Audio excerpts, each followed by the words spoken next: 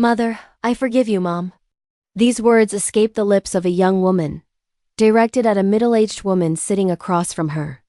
But more than a decade ago, when that young woman was just a child, the woman she called Mom was the one who treated her in the worst possible way, subjecting her to a childhood of silent misery, all because she was her stepmother. So, get comfortable. Let your mind drift, and listen. My hope is that this story serves as a gentle impulse guiding you toward a restful night's sleep. And so, our story begins. What city are you watching this video from, and what time is it? By the way, if you're enjoying my videos, I'd be so happy if you could subscribe to my channel and like this video. Mornings in that house always began the same way, in a silence so dense, so profound, that you could hear the clink of a spoon against a glass. Light flooded through the large bay windows, spilling over the cold white tiles that seemed to absorb any warmth. There were no good mornings, no laughter. There was only the tick-tock of the antique grandfather clock in the hallway, its rhythm as constant as the breathing of a house long accustomed to silence. Today, 5-year-old Lily sat in a high-backed chair, her small feet dangling far above the floor. She held her spoon with both hands, carefully stirring her glass of milk, trying not to make the slightest sound. The milk was already cold, but she hadn't dared to drink it yet. Across the table, Isabel, her stepmother, was reading the newspaper. She didn't look up, but Lily knew that if a single drop of milk fell, Isabel's gaze would lock onto her instantly, a look so sharp and icy that she didn't need to shout to make Lily's little heart shrink. Her father, Alex, had already left for a business trip. He was a busy man, always leaving while the sky was still dark. His parting words came over the phone. "Be good to your mom, sweetie. I love you." His voice was soft but distant, like an echo from a world she no longer belonged to. Lily had gotten used to doing everything alone. She picked out her own clothes, brushed her hair, ate breakfast in solitude, and then waited also alone for her father to return. Every day was identical to the last. The colonial-style mansion, with its walls of impeccable white, seemed to swallow any sound. When breakfast was over, Isabel folded the newspaper, her eyes scanning the table. "You haven't finished your milk," she stated, her voice as flat as it was airy. Lily lowered her head, her small hands trembling as she lifted the glass. "Drink it. Don't be late for school." She drank it quickly. The cold milk stung her throat. As she set the glass down, the last drop splashed onto the linen tablecloth. Isabel said nothing. She simply took a folded white cloth, wiped the stain with a single precise movement, replaced it with a fresh one folded with meticulous care, and placed it back in its exact spot, the corner perfectly parallel to the edge of the table. Lily had memorized these little rituals. In that house, everything had a rule: how to sit, how to eat, how to walk. Every time she made a mistake, Isabel never raised a hand to her. She just watched her. And that look was more terrifying than any punishment. In the afternoon, Lily sat in her room, looking out the window. Beyond the glass was the garden that her mother, Elena, had once tended. Now it was stripped of life, replaced by square planters arranged in perfect geometric lines, Isabel's style. The scent of flowers was gone, replaced by the cold, metallic smell of the window frame. She opened a drawer and took out a small blue notebook. "Mommy." The cover was worn, the corners bent. Lily turned to the first page where she had once scribbled a few shaky words. "Mommy, I'm being good." It was the only way she had to talk to her mother. Her mother was far away, but Lily believed that if she wrote enough, she would hear her. That night, Isabel passed by her room. The hallway light spilled inside, casting a long shadow over Lily as she sat on her bed. "Time for sleep," her stepmother said. "Yes, ma'am." Lily folded the notebook and hid it under her pillow. She lay perfectly still, clutching an old teddy bear. The bear's ear was torn, stitched up with white thread, the color Isabel always used. The alarm clock on her nightstand marked time with a dry, relentless rhythm. 9 o'clock sharp. Isabel turned off the light. The room plunged into darkness. leaving only the faint glow from the hallway and the sound of her stepmother's footsteps fading away. Lily opened her eyes, staring at the ceiling. She listened to the clock counting every second as if it were her own breathing. Every tick-tock was another day gone, identical to the one before. No one asked her if she was sad. No one asked her what she liked. The house was so perfect there was no room left for feelings. In the next room, Isabel sat at her vanity. Before her was a neat stack of perfectly folded white cloths. Each one was flawless, edges perfectly aligned, not a millimeter out of place. She ran a finger along the edge of the top cloth, adjusting it slightly, then admired her work with a faint smile touching her lips. Everything in that house was, finally and completely, in its proper place. In the dark, Lily turned slightly, hugging her bear tighter. She wanted to sleep, but her mind wouldn't settle. Blurry images of her mother flickered in her thoughts. A soft hand, a warm smile, and a sweet voice humming a lullaby every night. Now it was all just a memory. The morning began with a small accident. Lily spilled the milk. The white liquid ran across the table and dripped onto the floor, forming a small puddle. She clumsily searched for a napkin with frantic movements. Isabel stood behind her, saying nothing. The only sound was her slow, deliberate footsteps approaching. She didn't scold her. She didn't raise her voice. She simply crouched down, took a perfectly folded white cloth and wiped the floor. Her movements were slow, precise. When she finished, she put the dirty cloth in Lily's hand. "You do it." "Again," Isabel said. Lily lowered her gaze, hesitating. "3 times," she said. "Use a different corner of the cloth each time." The little girl obeyed. The first time, her hand trembled, leaving a milky smear. The second time, the cloth was folded wrong. By the third time, the floor was spotless. Isabel watched from a distance, eyes void of emotion. When Lily stood up, she only nodded and turned around. No praise. No smiles. From that day on, the smallest tasks became invisible rituals of punishment. If Lily's blanket had a single wrinkle, Isabel made her make the bed again. If she placed a doll in the wrong spot, she had to adjust it until she got her stepmother's silent approval. There was no shouting, no physical punishment, just endless repetitions that crushed the soul. The old housekeeper, Mrs. Martha, saw it all. Once, she tried to say something, but a single look from Isabel silenced her. Shortly after, she quit. In the big, empty house, only Isabel and the child remained. Lily began to learn the art of silence. She understood that speaking often meant having to repeat a task, and that crying only made things worse. Whenever tears welled in her eyes, Isabel didn't comfort her. She simply placed a white cloth in front of her. "Wipe your face. Big girls don't cry." And so, Lily stopped crying. One afternoon, while the house was steeped in its usual silence, Isabel wrote a few lines on a piece of paper and folded it carefully. She walked to Lily's door, crouched down, and slid the note underneath. The next morning, as sunlight filtered through the curtains, Lily woke to find the white paper on the floor. On it were 3 lines written in perfect calligraphy. 1. Do not speak unless spoken. 2. Do not eat before the adults. 3. Do not keep old things. Lily picked up the paper and read it over and over. 3 short lines, but they felt as heavy as stone. She didn't fully understand, but she knew they were rules, and rules were not to be broken. That afternoon, she secretly hid the paper under her mattress, concealing it like a dark secret.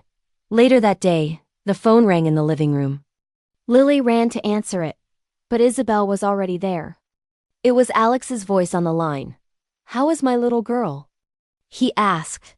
"She's behaving very well," Isabel replied, her voice light as air. "She doesn't cry anymore. No tantrums. Everything is perfect."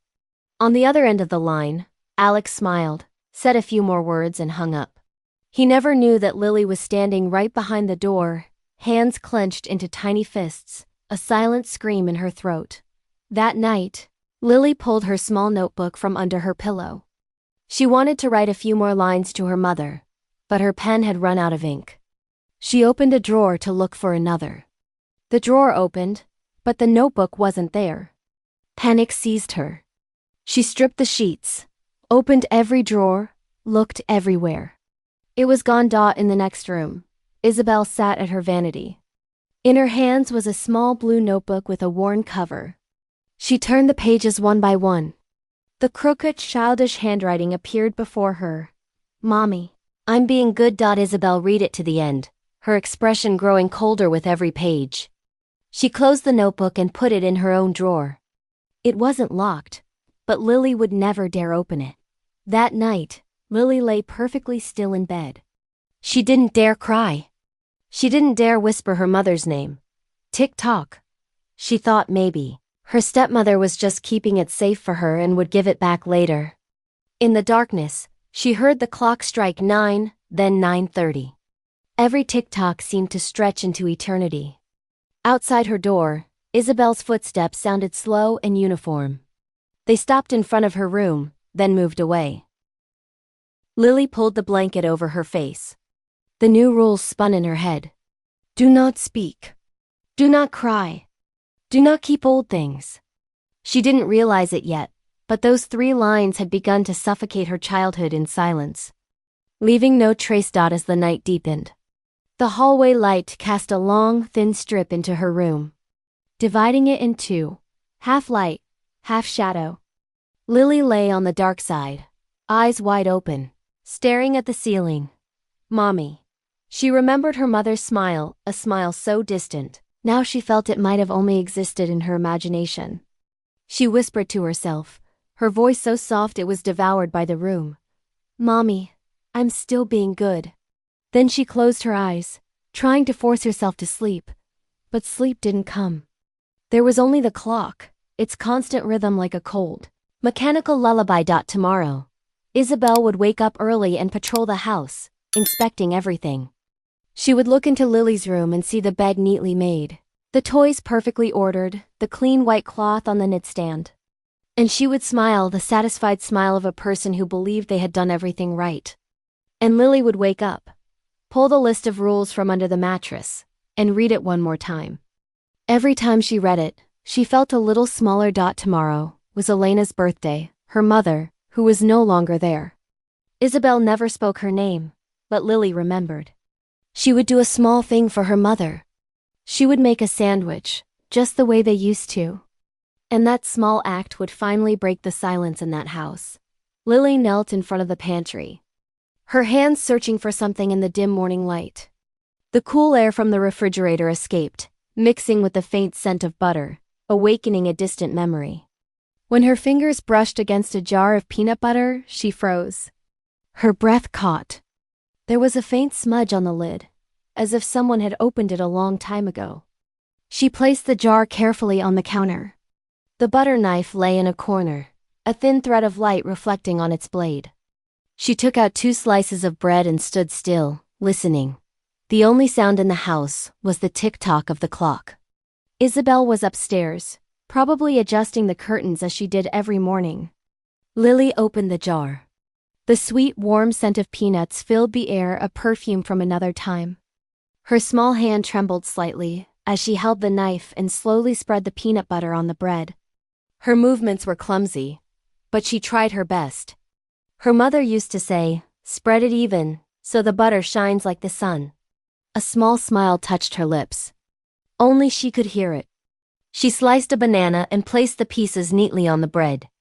The pale yellow circles rested on the smooth peanut butter, and for a moment, she felt she was holding a piece of an ancient morning, a morning where her mother was still there, standing behind her, humming a wordless melody. When Isabel walked in, Lily jumped. The knife slipped from her hand and fell with a soft clatter onto the counter. Isabel stopped without saying a word. Her eyes scanned the sandwich, then settled on Lily's sticky hands. "What are you doing?" "I'm making a sandwich for my mom," Lily whispered, her voice trembling. "Which mom?" "My mom." Isabel went silent. She walked over, took her familiar white cloth, and wiped the counter before folding it and returning it to its place. "Did you wash your hands?" Lily looked at her hands. Yes, they were stained with peanut butter, some of it stuck under her fingernails. She quickly hid them behind her back. I forgot. Don't forget next time. Her voice was monotone, neither high nor low. But there was something in its calm that sent a sharp pang through Lily. Lily placed the sandwich on a plate, held it against her chest, and walked out the back door. The morning sun cast a soft glow over the garden. The ground was still damp with dew, and every drop on the leaves shone like a tiny jewel. Lily sat on the steps, putting the plate in her lap. The air was crisp, but the sun was gentle and warmed her cheeks. She took a small bite. The peanut butter was thick, the banana soft, and the sweetness slid down her throat. Lily closed her eyes for a second. The world disappeared, and all that remained was a familiar voice echoing in her mind. If I'm not home for breakfast, you eat first. Okay, this sandwich is our little piece of sunshine. A lonely tear fell onto the edge of the plate. She didn't wipe it away for fear of breaking the moment. The door behind her opened. Isabel's voice floated out, as placid as the breeze. You didn't wash your hands. Lily jumped. She turned around, but before she could answer, Isabel was already coming down the steps. Dirty hands shouldn't touch food, she said, approaching. Isabel, I was just going to eat a little. That is enough. Isabel snatched the plate from her hands. The peanut butter and banana slid off and crashed onto the stone steps. Lily jumped up. I made it for my mom. She liked it. That's enough, Isabel interrupted, her voice not loud but glacial. She set the plate on the ground and turned on a nearby garden hose. The jet of water hit the sandwich, turning the cream into a pale milky liquid and the banana into a watery pulp that slid sadly onto the grass. You made a mistake, she said. Mistakes must be corrected. No! Lily screamed, her voice small and hoarse. That was Mommy's sandwich. No, Isabel looked up, her eyes shining with an empty light. Your mother taught you wrong. She grabbed Lily by the wrist, pulling her to her feet. Her grip was firm, and a red mark appeared instantly on the girl's skin.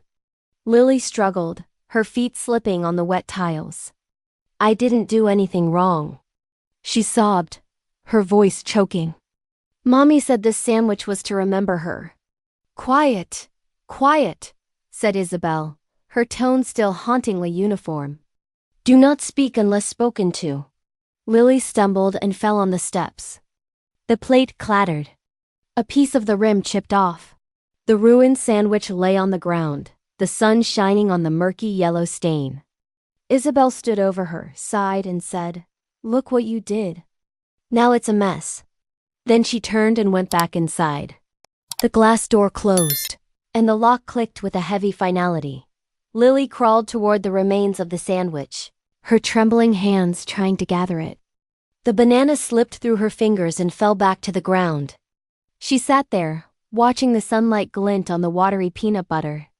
An ant crawled over it, stopped, and disappeared into the grass. Mommy! I'm sorry, Mommy, she whispered. I ruined it.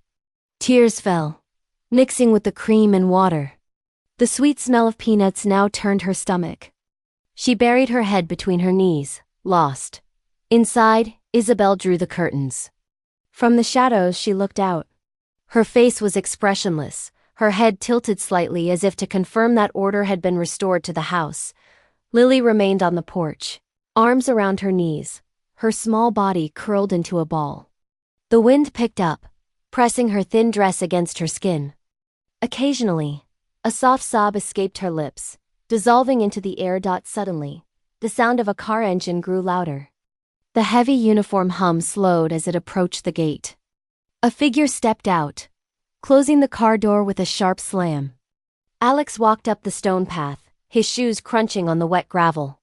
When he saw his daughter sitting on the steps, dress stained and hair messy, he stopped. Lily? She looked up. Her eyes were red, her cheeks smeared with peanut butter, her hands trembling. Daddy? Alex knelt beside her. She threw her arms around his shoulders, and he felt her small, cold body shivering. He looked around. He saw the broken plate, the soggy sandwich, and the faint smell of peanuts still floating in the air. The door opened.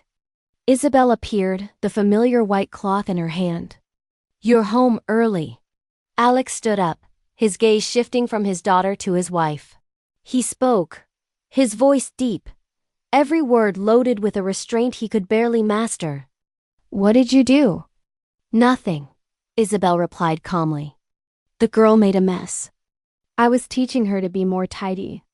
Alex pulled his daughter closer. His hands were shaking, but his voice was steady. "Don't you ever touch my daughter again." Isabel remained motionless, hands clasped in front, her expression chillingly placid. The afternoon sun slanted across the patio, dividing their shadows, one long, one short, never touching. Alex bent down and picked Lily up in his arms. She was incredibly light, cold and trembling, her face buried into his chest, clinging to him as if fearing she'd be torn away again. The sweet scent of peanut butter lingered in her hair, a smell that now suffocated him. "You're misunderstanding," Isabel said, her voice as even as ever. "I was only trying to teach her discipline. Is that so?" Alex retorted without turning around, walking straight into the house. His steps were slow but deliberate, each one echoing on the polished hardwood floors. Lily buried her face in his shoulder.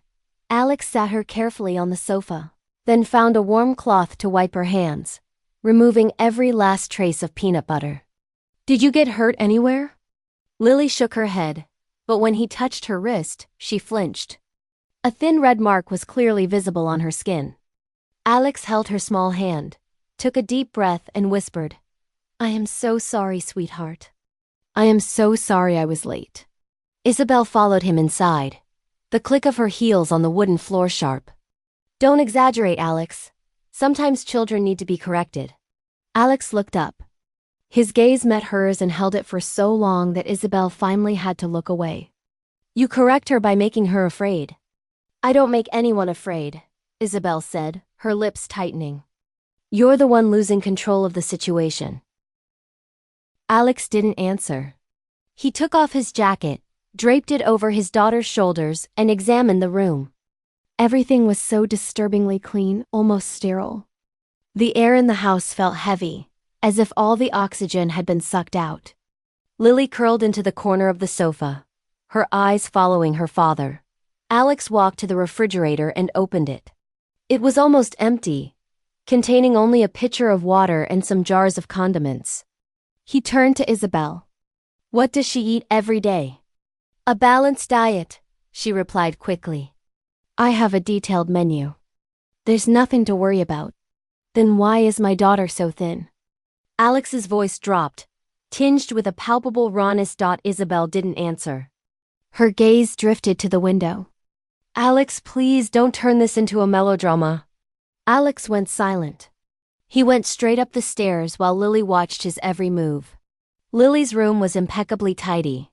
Toys lined up like soldiers in a display case, the blanket folded without a single wrinkle.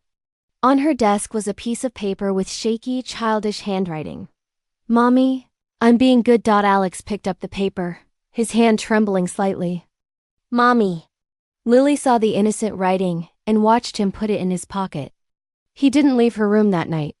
While Lily slept, he sat by the window, looking out at the garden where the sandwich had been destroyed. The moonlight bathed the stone patio in a pale, cold glow. Isabel entered without knocking. "Are you still awake?" "I can't sleep. What are you thinking about?" "About my daughter." "You say that as if she were only yours," Isabel said with a hint of bitterness. "Alex, have you forgotten who raises her every day?" Alex turned to face her. "I have never forgotten who lives in this house." They looked at each other for a long moment. The silence stretched until the tick-tock of the wall clock became deafening. Finally, Isabel gave a slight dismissive smile and left the room. Alex remained seated. He gently stroked his daughter's hair, feeling the fragile warmth of her forehead. In that moment, he knew something was deeply and fundamentally wrong. The next morning, Alex woke up early. He made breakfast for the first time in years. When Lily woke up, she saw her father clumsily spreading peanut butter on bread. "Daddy? What are you doing?" A sunshine sandwich. He smiled. Your mother taught me how to make it. Lily froze, tears welling in her eyes. It looks just like Mommy's. Because she was the one who taught me. Isabel passed by the kitchen door. Her eyes flickered from father to daughter, then landed on the jar of peanut butter. I was going to throw that out. It's expired. Alex put down the knife. No, it's still good. You just don't want to see it. She said nothing and walked away. The sharp tapping of her heels faded into the constant ticking of the clock. Throughout the day, Alex observed that every one of Isabel's actions was precise, as methodical as a machine. But every now and then, just for a fleeting instant, he saw her gaze land on Lily, not with hate, but with an expression that seemed to want to erase something. That night, after Lily fell asleep, Alex went to his study. He opened an old filing cabinet that belonged to Elena, his late wife. The files were in order, but there was a gap between two folders, as if something had been removed. Her old will was missing. He sat in silence for a long time. Elena had once told him, "If you ever feel like you don't understand what's happening in our house, just look at our little girl. All the answers are in her eyes." Alex suddenly remembered the way Lily had looked that morning while eating the sandwich. She hadn't looked at him, but at her plate. It wasn't out of fear, he realized, but out of habit. The habit of being watched. When he stood up, his eyes fell on the old teddy bear in the corner of the room. He picked it up and turned it over. The stitching on its back was clumsy. He felt something hard inside, a tiny object that made a soft metallic sound when moved. He found a pair of small scissors and carefully cut the threads. A small, dusty recording device fell out. Alex turned it on. A crackle of static, and then Elena's voice, faint but clear. "If you are listening to this, I may not be here anymore. Please take care of Lily. There are things I didn't have time to tell you. Alex. This house is no longer a safe place." Alex froze. The desk lamp cast a golden glow on his stunned face. Outside, the wind rattled the window frame. He placed the recorder on the desk and clenched his fists, knuckles cracking. In that instant, something inside him finally shattered and reassembled, a clarity born of fury. Alex walked to the window and looked at the moonlit garden. He spoke quietly, his voice deep like an oath. "I promise you, my love, she will never be afraid again." He picked up his phone and dialed his most trusted assistant. "I need a hidden camera system installed. The whole house. In less than 24 hours. There was a brief pause on the other end. "Yes, sir." Alex hung up and sat on the edge of the bed, watching Lily sleep. Her face was at peace, but her hands still clutched the edge of the blanket as if fearing someone would rip it away. He leaned in and rested his hand on her soft hair. "Sleep now, my love," he whispered. "From now on, Daddy will see everything." 2 days later, the house looked no different. It remained spotless, silent, and arranged with obsessive precision. But only Alex knew that now, hidden in its walls, in every mirror and lamp, a pair of eyes was always open, always watching. The camera system had been installed in the middle of the night by a team of technicians moving like silent shadows. Alex had supervised the work in silence. When they finished, he looked at the monitor showing 4 simultaneous feeds: the kitchen, the hallway, Lily's playroom, and a corner of the living room ceiling. 4 pieces of his home. Now, 4 frames of a dark secret. The next morning, he pretended to leave for another business trip. The black car pulled out the gate, tires crunching on gravel. From the balcony, Isabel waved, her face a mask of serene composure, betraying no suspicion. But the moment the gate closed, the mask vanished. Her expression turned to icy coldness as she watched the car disappear. She turned around, back as straight as a rod, and went inside. The house returned to its familiar rhythm. Clean, orderly, soulless. From his private office miles away, Alex watched. The images were crisp, every movement captured in real time. Morning. Isabel entered Lily's room. The girl was organizing her books in silence. Isabel said nothing, just watched. She opened the closet and took out several items: a doll with a broken arm, a box of crayons, a t-shirt with a sun on it. She placed them back in their exact spots, not a centimeter out of place. Lily watched with a confused expression. Her look was like that of a small bird seeing its own reflection in a window pane, hesitant, unsure if it should make a sound. When Isabel left, Lily let out a soft sigh, as if granted a reprieve. Alex saw it all, his knuckles white as he gripped the edge of his desk. Later, Lily spilled a glass of water on her art table. The sound was small, but enough to bring Isabel back into the room. There was no screaming, no scolding. She simply took a cloth, dried the surface, and placed the empty glass back in its precise spot. Then her voice came soft but clear. Stand in front of the mirror and look at yourself. Stay there until you understand what you did wrong. The camera captured Lily standing silently in front of a full-length mirror. Her arms were crossed, shoulders trembling, eyes full of held-back tears. Behind her, Isabel sat in a chair reading a book as if nothing were happening. When the sun set, Lily was still standing there. Alex replayed the recording 3 times. He leaned back in his chair, face a mask of disbelief. Something inside him was breaking. He called his assistant. I need a complete background check on Isabel. Real name, relatives, financial history, everything. Yes, sir. But she has changed her name several times. It might take a while to track her. I don't care. Do it now. The night wore on. The monitor cast a cold glow on his face. He watched Isabel clean the kitchen, adjust the curtains, and write in a notebook. Every movement was deliberate, calculated, like an actor rehearsing on an empty stage. A day later, his phone vibrated. The report had arrived. Isabel has used 3 different names.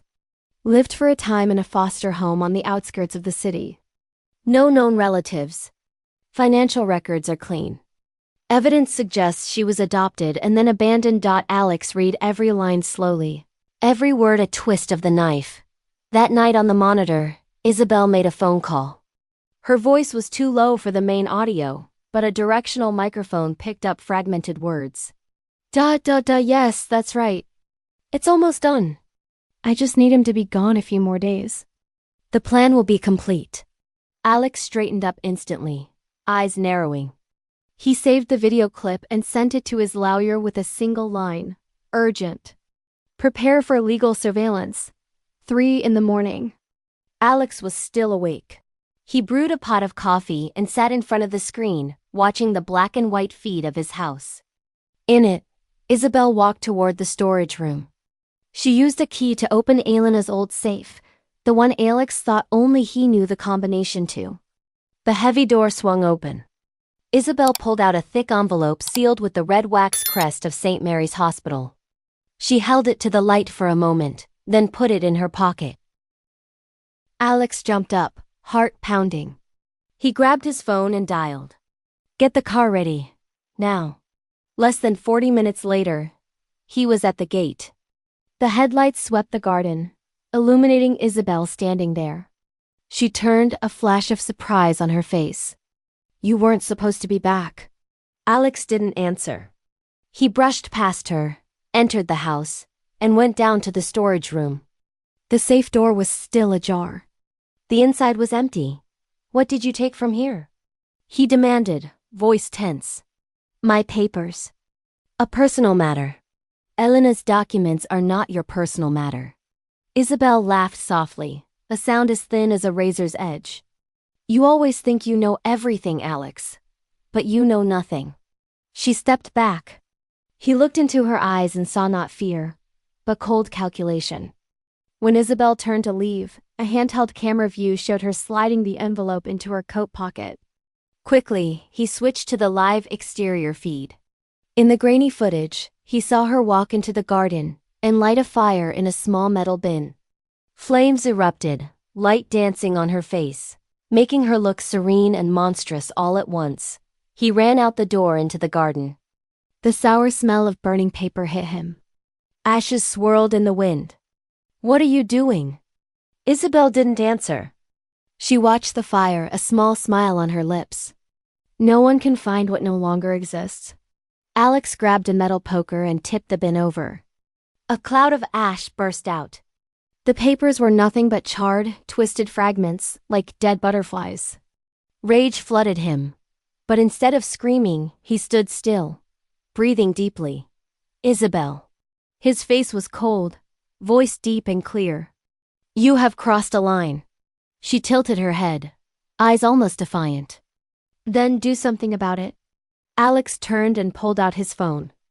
I will. He dialed the police, his voice steady. I am reporting destruction of property and unauthorized access to personal records at my residence. The name is Isabel Reed. 10 minutes later, the flashing red and blue lights of a patrol car bathed the walls. But when the officers entered, the house was empty. Isabel was gone. Only Lily remained, sleeping deeply in her room, unaware that the world around her had just changed forever. Alex stood by the window, watching the patrol lights fade into the distance. A notification from the station appeared on his phone screen. An arrest warrant has been issued. We will notify you of any results. The first hint of dawn touched the horizon. Alex's face was etched with exhaustion, but for the first time in years, his eyes held a new light, the light of a man who was finally truly awake. The call came just as the sun began to rise. The police officer's voice was flat and professional. We have detained Isabel Reed at the bus terminal. She was carrying a suitcase with documents and some personal items. Alex was silent for a moment, then responded politely, I'm on my way. A damp mist floated in the air as he drove to the station. The rain-slicked roads reflected the early morning lights in blurry trails. When he entered, he saw Isabel at the end of a long hallway, handcuffed to a table. Face pale, but eyes still maintaining that same disturbing calm. A detective handed him a folder and the suitcase. Sir, these are personal documents. Some are medical records for an Elena... your wife? The suspect claimed they belonged to the child. Alex nodded and took the suitcase to a private room. He opened it.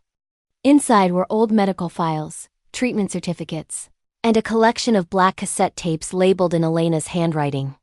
His hand shook slightly as he inserted a tape into a player. Static crackled, and then Elena's voice filled the room, tired, but painfully familiar, like a whisper from a distant world. Hello, Isabel. I trust you. I have to go to the hospital for a few weeks. Lily is so small. I don't want her to suffer panic attacks like me. Please help me teach her discipline. Absolute discipline. A long pause. Then Elena's voice again, weaker this time. If I don't come back, please remember, she must avoid extreme emotions. Thank you. I am so afraid she'd be like me. Alex froze, lips pressed into a thin line. A part of him finally understood. This was where it all began. He played the second tape. Isabel's voice, younger and lighter, but with an edge of steel. Yes, I understand. Absolute discipline. I will give her peace of mind. The words were simple, but they sounded like a fateful vow. And that single word, discipline, had over time twisted into the chains that bound the child Elena had loved most. Alex leaned back in his chair. The pieces finally fit. Elena had suffered from severe anxiety disorder, terrified her daughter would inherit her fragility, her emotional volatility. In a moment of weakness, she had entrusted Lily's upbringing to the only person she thought she could trust. Isabel, a young nurse from the hospital. And that unchecked trust had soured into a tool of relentless cruelty. He played the third tape. The audio was distorted. The sound of a door slamming, a child crying, and then Isabel's voice, cold and warped. Don't cry, Lily. Your mother said crying is weakness. She wants you to be strong like the light. Alex pressed the stop button, burying his face in his hands. A silent tear traced a path down his finger. He no longer knew who to grieve for more, his wife who had lived in fear, or his daughter who had been forced to live in the shadow of that fear. The door opened. A police officer entered, speaking in a low voice. Mr. Alex? The suspect, Isabel. She's losing control. She's rambling, saying she was saving the girl from her own blood. I don't think she's stable.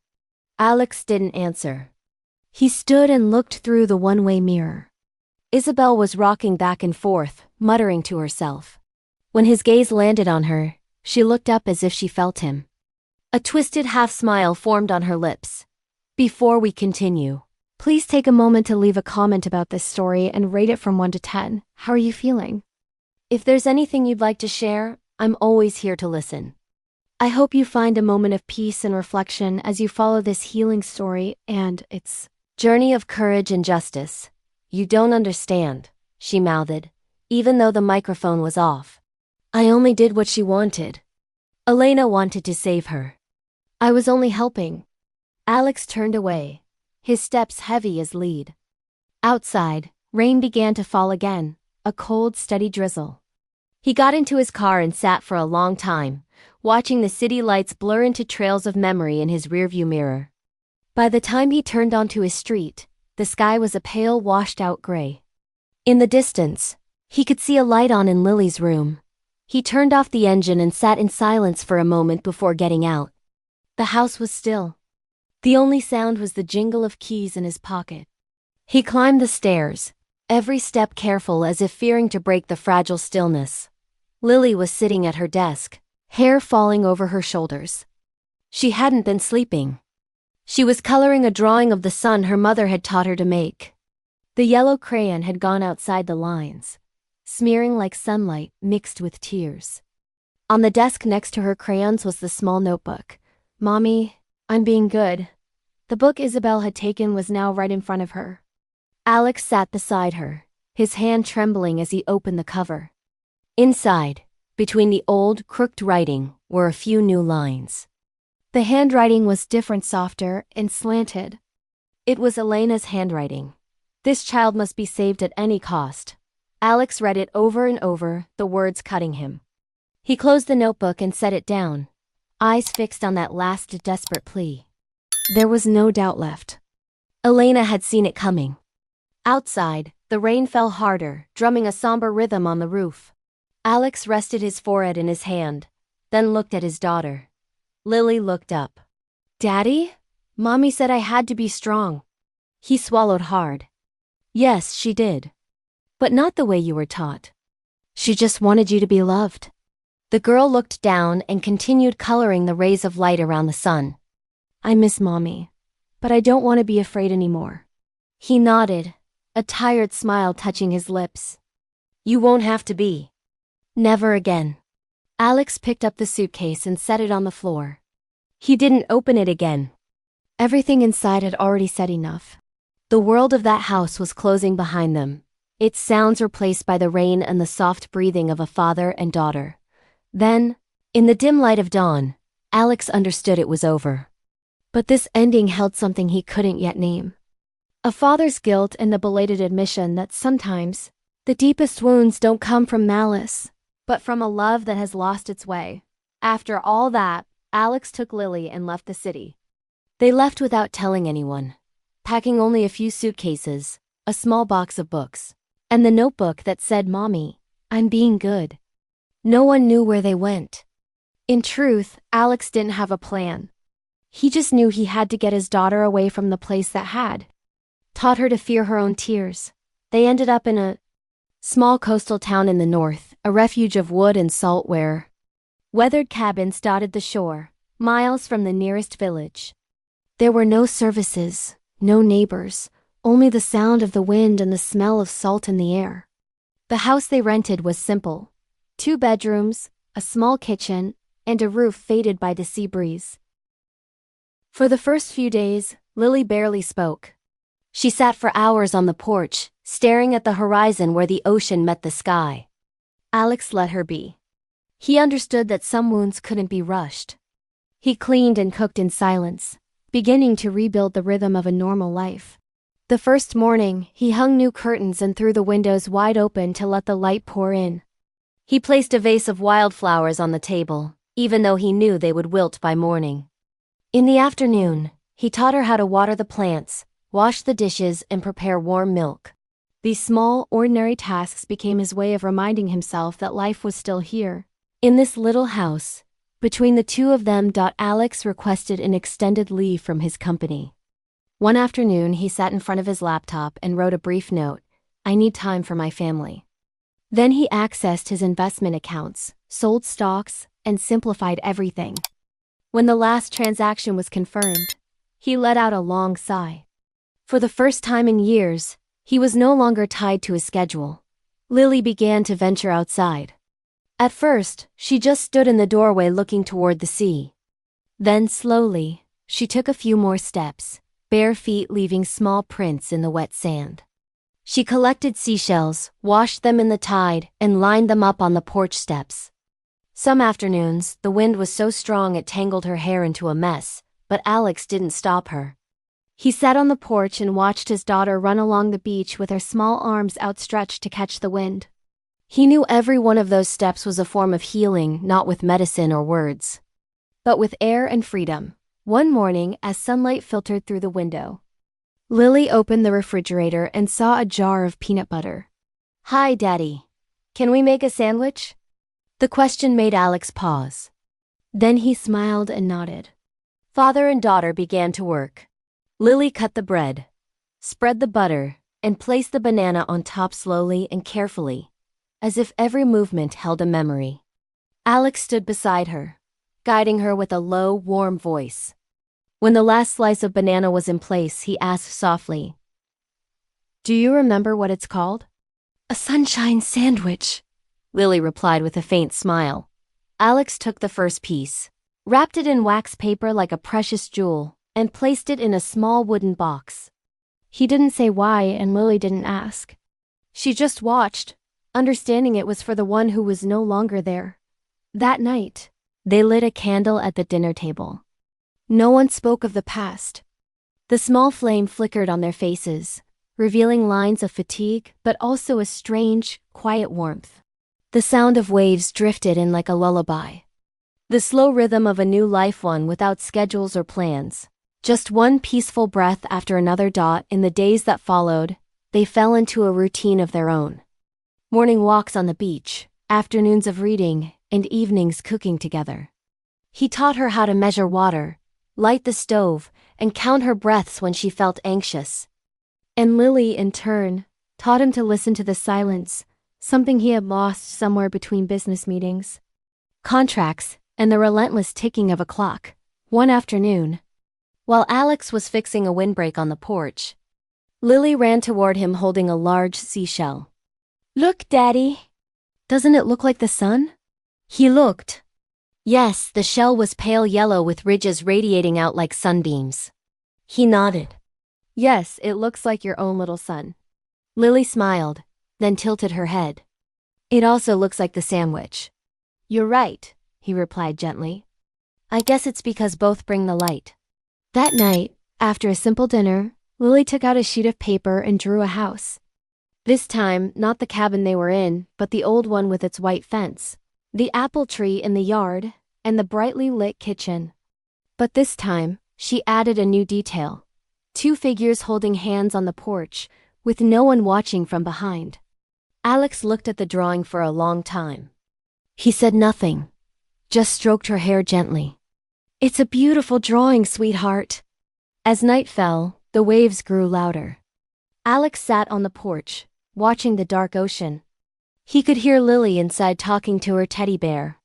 The sound of his daughter's small voice mixing with the wind made his heart ache, but this time it was an ache of warmth, not sorrow. The next morning, a letter arrived from the hospital. A thin envelope postmarked from St. Mary's Hospital, where Elena had been treated. Inside was a formal request. "Please provide final evaluation records for patient Elena. Prior to official ARCHAVING. Alex read it slowly, every word pulling him back to the past. He knew he couldn't run forever.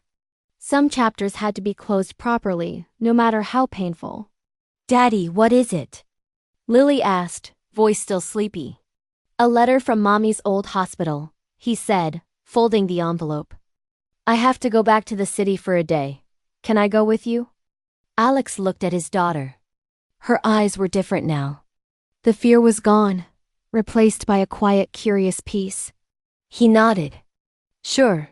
Wherever you are, that is home. The road back to the old mansion in Greenfield Heights was carpeted with dry leaves. Autumn had arrived, and the wind whispered through bare branches with a crisp sound, like the murmur of forgotten years. Alex stopped the car at the old iron gate, its paint peeling to reveal patches of rusted red.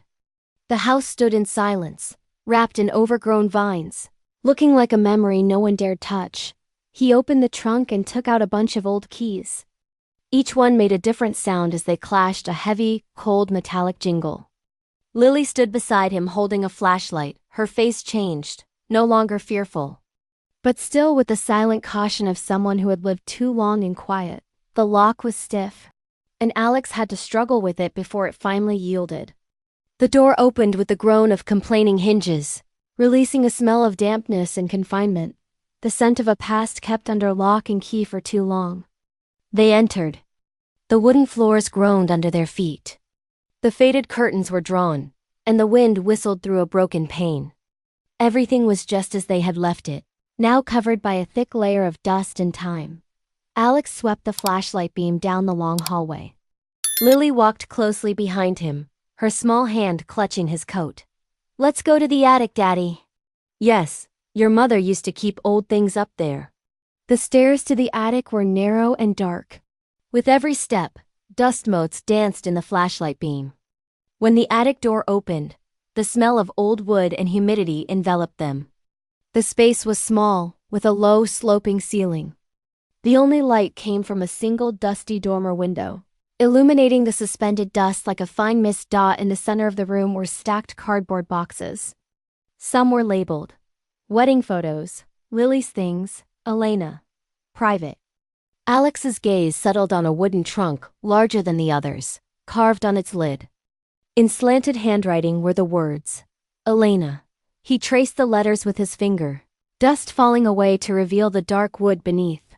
The lock was rusted, but when he turned the key, it opened with an easy click, as if waiting for this very moment. Inside, objects were arranged with care. Some old photographs, a faded leather diary, and a large, yellowed envelope. On the envelope, in that familiar writing, were the words, "Hello. If you find this, please read slowly." Alex opened the letter. In his mind, he could almost hear Elena's voice, soft but clear, carried by the wind. "Alex, if you are reading this, it probably means I ran out of time to explain. I was afraid of myself. Afraid of the manic episodes that made me think I might hurt our daughter. I love Lily, but my love can feel like a cage. I didn't want her to carry my fears, so I asked someone for help. Her name is Isabel, a young nurse from the treatment center. I trusted her because she knew what it felt like to be abandoned. She promised to teach Lily discipline, to be stronger than I ever was, but if things went too far, I hope you don't blame her. Please believe me. It all started with love." The letter ended there, without a goodbye. There was only a small, blurry ink stain, perhaps from a tear. Alex sat in stunned silence. The attic was still, the only sound the wind sighing through the eaves. Then he looked at the tear-stained words, and all the fragmented memories began to connect. The hospital. Elena's trembling hands in the middle of the night. The invisible dread that had covered their home. And the woman named Isabel, who had appeared first as a savior and then slowly as a jailer for both of them. Lily knelt beside her father, looking curiously at the photos that had spilled from the box. One was of her mother as a young woman, standing next to Isabel. Both wore white nurse uniforms. Both were smiling, eyes kind. "Daddy, was she a good person once?" Lily asked quietly. Alex nodded slowly. "I think so. But when love isn't guided by wisdom, it can turn into something else, sweetheart. Some people do the wrong things believing they are saving someone." Lily went silent. She held the photograph, studying it. In the gloom, the two women in the photo seemed to look back at her, one with love, the other with a twisted obsession. Alex took the leather diary and opened it to the first pages. Elena's handwriting was neat and fluid. Today, Lily laughed when she saw the sun come through the window. She called it Mommy's sun. "I think maybe I still have time." The later entries were more chaotic. The writing hurried and irregular, some passages dissolving into fragmented thoughts. I can't sleep. I'm afraid I'm doing it all wrong. Afraid of the look in her eyes. Maybe I should let someone else teach her how to live. Alex closed the diary, eyes red. He understood now. Elena hadn't been weak. She had been fighting a war inside her own mind, and she had lost. Together, Alex and Lily gathered all the old papers into a small box. Lily helped her father in silence, placing every letter, every photograph inside. When they reached the last envelope, Alex stopped. He pulled a lighter from his pocket.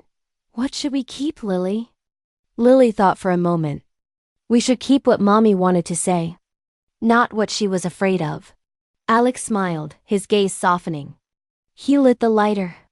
A small flame cast an orange glow on the wooden beams. The old papers curled and blackened, turning into ash that floated upward like a flock of fleeting birds. Lily held her father's hand, watching the fire die out. From the embers, a corner of unburned paper fluttered. Alex reached down and picked it up. Only a few faded words remained, enough to read the last line. Please forgive, so our daughter can know peace. He stood there for a long time. Light from the dormer window poured in, illuminating his face and his daughter's in shafts of light and shadow. Neither spoke. Alex folded the small piece of paper and tucked it inside the notebook that said, Mommy, I'm being good. He placed it gently in the inside pocket of his coat, close to his heart. As the afternoon waned, the last rays of sun filled the attic with warm golden light. They descended the stairs, shoes leaving faint prints in the dust behind them. Downstairs, the house was silent. A window was ajar, and the wind made a thin curtain billow gently, like a hand waving goodbye. Alex locked the door.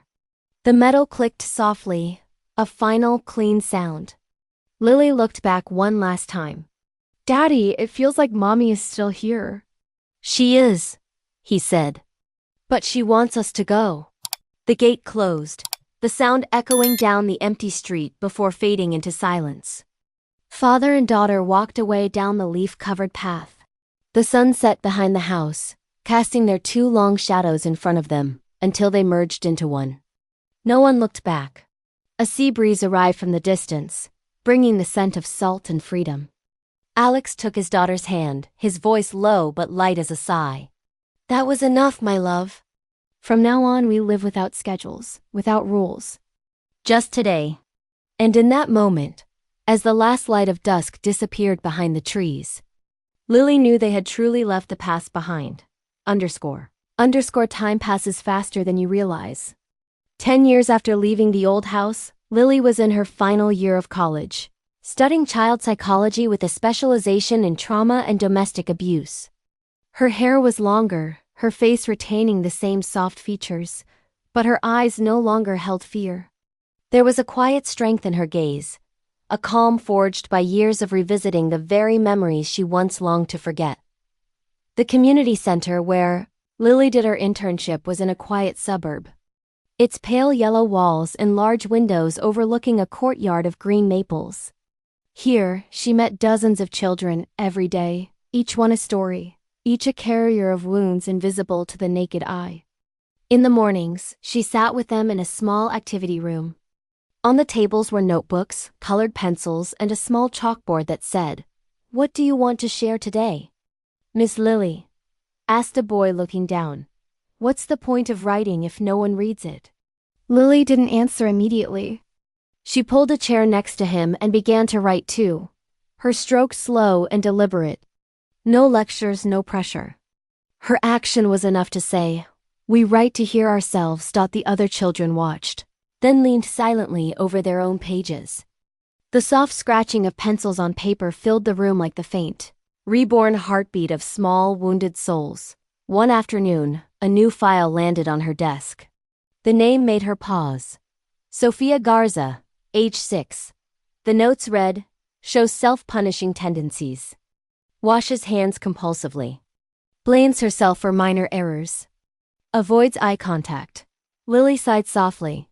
She knew those signs. They were not foreign to her. They had once been part of her. The first time she met Sofia, The girl was sitting in a corner with hands clasped, eyes fixed on the floor. She wore a pale blue dress with a perfectly ironed collar, every pleat so neat it looked unnatural.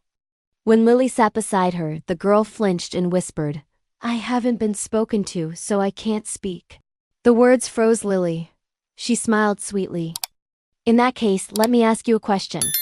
What would you like to do right now?" Sophia stayed silent, then murmured, "I want to clean the table. It's dirty." That afternoon, Lily watched from a distance. She saw Sophia wash her hands 3 times before snack time, bow her head every time someone looked at her, and stop mid-laugh. The girl lived by a set of invisible rules, just as Lily once had. Be good. Be quiet. Don't bother anyone. Hi. The next day, Lily found Sophia in the playroom lining up toys by color. She knelt beside her. "What are you doing?" "Putting them in order. Red, then yellow, then blue. If it's wrong, Mommy won't be happy." A lump formed in Lily's throat. She knew that behind those simple words lay a world of fear and a desperate craving for approval. That night, Lily reviewed the file again. No mother was mentioned. The current guardian was a state foster home. In the notes section, a final sentence made her lean back in her chair. The child often says in dreams, "I'll be good so Mommy comes home." The next day, while organizing Sophia's cubby, Lily found a small piece of folded paper. Scribbled in pencil were the words, "If I am good, Mommy will come back." Lily's heart shrank. She folded the note and put it in her pocket with a trembling hand. The image of a rainy night years ago flashed in her mind, of a girl who had written those same words, hiding them under a pillow, hoping an absent mother might hear her. That night, Lily returned to her small apartment and took out her old notebook. "Mommy, I'm being good." The pages were yellowed, the childish writing crooked. On the last page, she added a new line. "Now I understand." Being good isn't about being silent. The next morning, Lily brought a new blue-covered notebook to the center. She found Sophia sitting alone in a corner. She placed the notebook on the table along with the girl's folded note. "This is yours. But this time I want you to write what you want. Not what you think your mom wants." Sophia looked at her, round eyes full of confusion. After a moment, she took a pencil. Her hand shook as she formed the first, hesitant letters on the blank page. "I want to run." Lily smiled with a soft ache in her chest. She stood up and walked to the window, throwing it wide open. Sunlight flooded the room. Outside lay a large, sun-drenched lawn. "Then run," said Lily. Sophia looked up, then walked out slowly. Her first steps were hesitant, then faster. A small, light laugh bubbled from her chest. The other children turned to look. Lily stood by the window, the wind gently lifting her hair. In that moment, she saw herself, the girl with peanut butter on her hands, huddled on the porch steps, waiting for someone to open the door. That afternoon, Lily wrote her report for the center. It contained a single sentence. "This child has begun to speak." Closing the file, she looked toward the courtyard. Sophia was sitting with other children, chatting and laughing. Lily took a deep breath. The smell of sun, grass, and peanut butter from the center's kitchen mixed in the air, the scent of a peaceful morning she had once lost. Now returned in a different form. That night, Lily visited her mother's grave. The wind brought the faint smell of salt from the distant sea. She placed a single white chrysanthemum on the tombstone and opened her old notebook. Rereading Elena's words, "Please forgive, so our daughter can know peace." "Mom," she spoke softly, as if answering the one who was no longer there. "I have forgiven, Mom, and I keep living." Moonlight illuminated the page. Lily closed the notebook and stood up. On her way back, she saw an ambulance parked near the center. A social worker approached her. "Someone asked to see you," she said quietly. "A patient from the state psychiatric hospital." Lily stopped. She didn't need to hear the name to know who it was. "Isabel," she said. A silver frost covered the path leading to the nursing home. The winter air was so cold that Lily's breath formed clouds in front of her. With every step, the pale gray building slowly emerged from the fog. its roof dusted with a thin layer of snow. Some windows were ajar, casting weak yellow light onto the gardens. She stopped at the glass doors, eyes resting on the small brass plaque.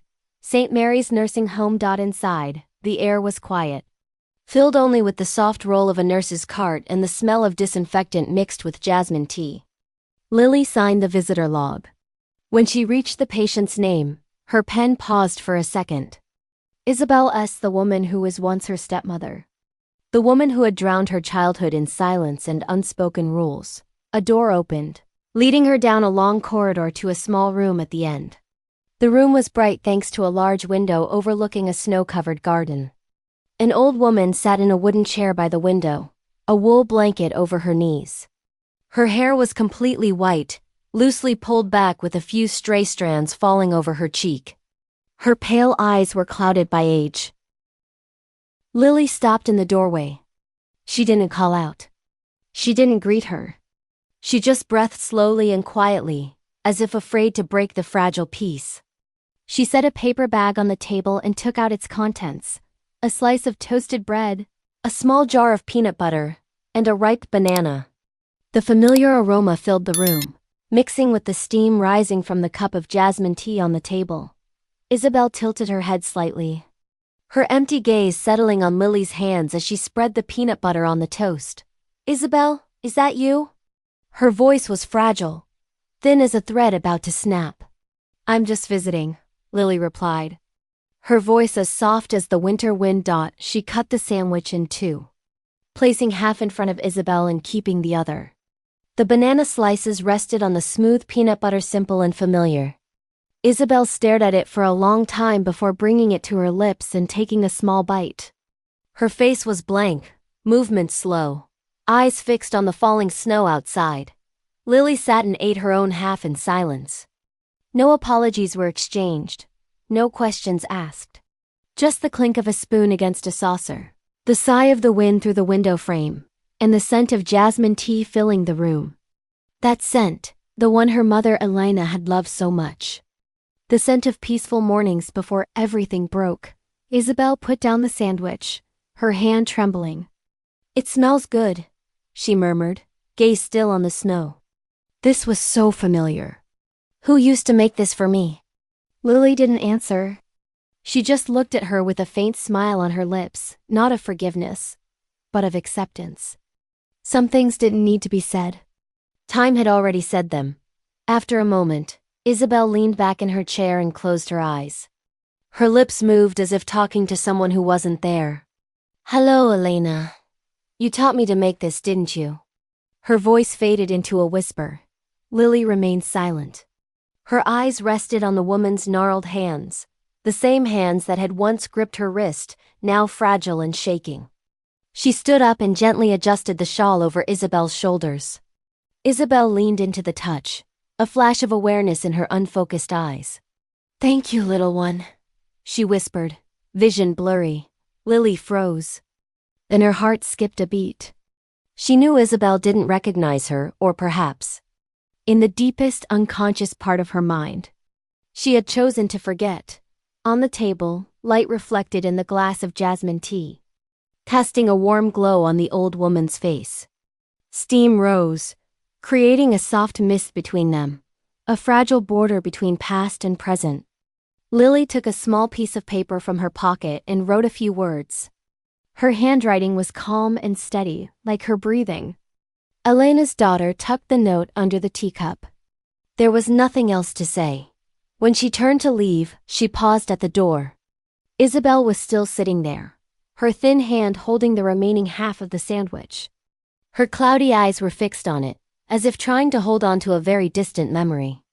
Lily watched her for a moment. She realized then that some memories, no matter how deeply buried, never completely disappear. They just become softer, like the last winter sun filtering through bare branches, weak, but warm.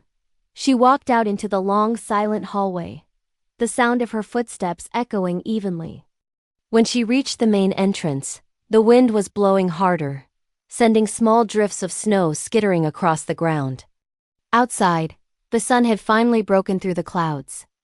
Its light was faint but bright, reflecting off the snow with a pale golden sheen. Lily pulled up her collar and took a deep breath. The air was cold, but a slow warmth spread through her chest. A single dried rose petal, dislodged from a nearby arrangement, floated down and landed softly on her shoulder. Lily stopped and picked it up. Its deep red color had faded, but it still held a faint fragrance. She smiled a small, private smile.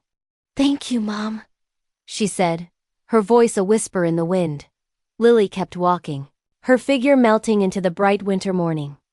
Behind her, the nursing home remained silent. A faint wisp of jasmine-scented steam rising from a window, dissolving into the rising sunlight. And that is our story for tonight. A journey that closes in the light of a winter sun, where pain is soothed by understanding, and forgiveness becomes the only path to peace. Hello? After listening to this story, what resonated with you the most? Were you moved by the actions of a particular character? Lily's quiet strength? Alex's late awakening? Or that final, fleeting moment where Isabel held the sandwich as if trying to remember a forgotten piece of her own humanity? Leave your thoughts in the comments. I'd love to read your perspective on this story and chat together about love, forgiveness, and the enduring power of compassion.